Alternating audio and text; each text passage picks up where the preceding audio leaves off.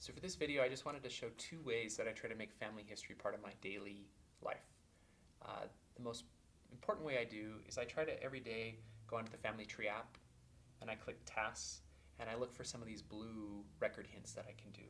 And so I would just click on the blue record hint. In this case, it's a marriage record. I would click on that and I hit compare, and it's going to drop me into the app version of SourceLinker. And so I look across this information. In this case, I'm not quite sure. I actually can't tell if this is a match.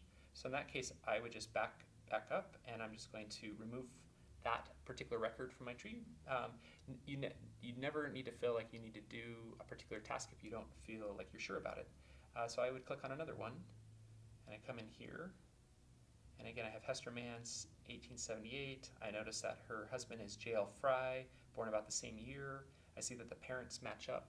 So this is a much better match. I feel much more comfortable about this match. And actually in this case then, I have learned one new thing about Hester. It's always neat when the record has a little extra clue that might be helpful. So I actually just learned that her middle initial is J.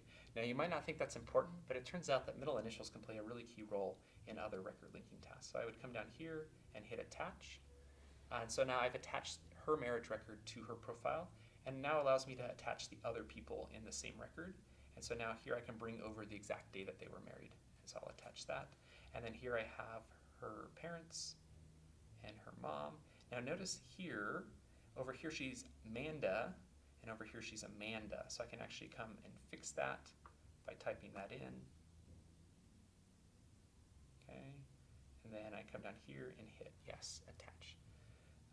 And now what's interesting here is now I've found the names of her husband's parents. Now sometimes the SourceLinker on the phone doesn't work as well when we're talking about the parents of the groom, but I might go back in on a computer and try to get that handled. So one thing I really like on my phone is then just to do a few of these record hints every day. I try to do them while I'm walking from my car to my office. I like to do them while I'm in a soccer game. And then one other way to make family history part of your normal routine is to use it as a journaling app. Now, this doesn't have to be something you do every day because you're not going to want to record 365 photos on Family Tree every year. But when there's something important that happens in your life or in the lives of your children, I think it's a really fantastic way to capture those memories. So this is something I do with my kids. So here's Molly. I go to Memories. I hit this button. I hit Add Photo. And it takes me right into the camera roll, and I can pick a photo of her. This photo of her at a soccer game is one she did recently.